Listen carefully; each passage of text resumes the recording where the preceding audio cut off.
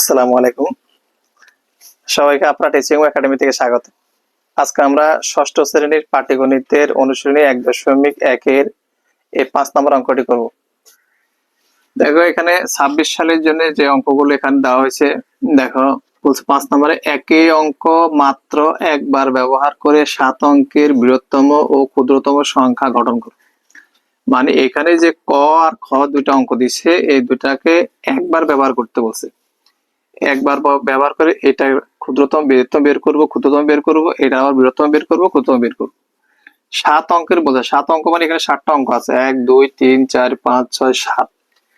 এই 7টা অঙ্ক ব্যবহার করে একবার ব্যবহার করে ক্ষুদ্রতম ও বৃহত্তম অঙ্ক দুইটি গঠন করতে বলছে। তো আমরা প্রথমে ক দিয়ে শুরু করব।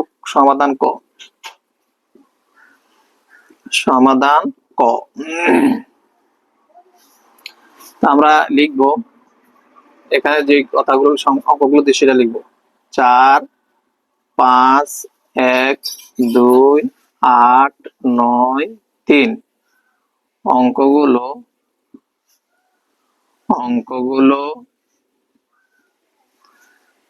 একবার ব্যবহার করে গঠিত বৃহত্তম সংখ্যা।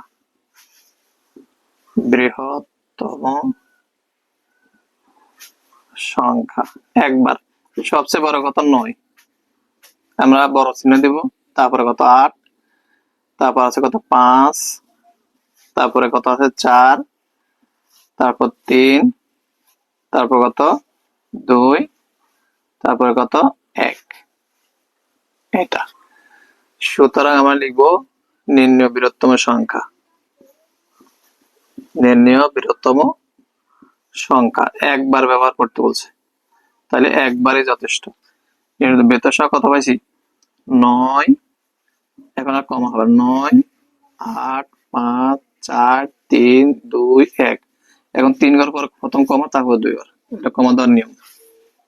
এরপর আমরা আবার এই সংখ্যাটি আবার লিখবো 4 5, এখানে আবার দিতে পারো, আবার 4 5 1 2 8 9 3। অঙ্কগুলো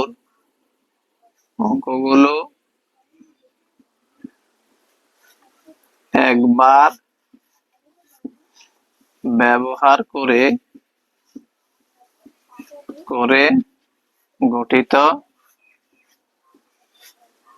ক্ষুদ্রতম সংখ্যা।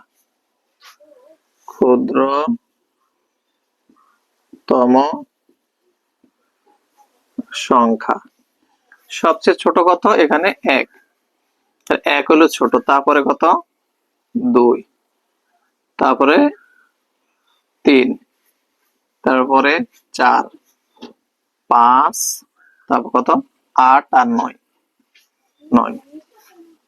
ক্ষুদ্রতম। তাহলে আমরা লিখবো সুতরাং নির্ণয় ক্ষুদ্রতম সংখ্যা। নির্ণয়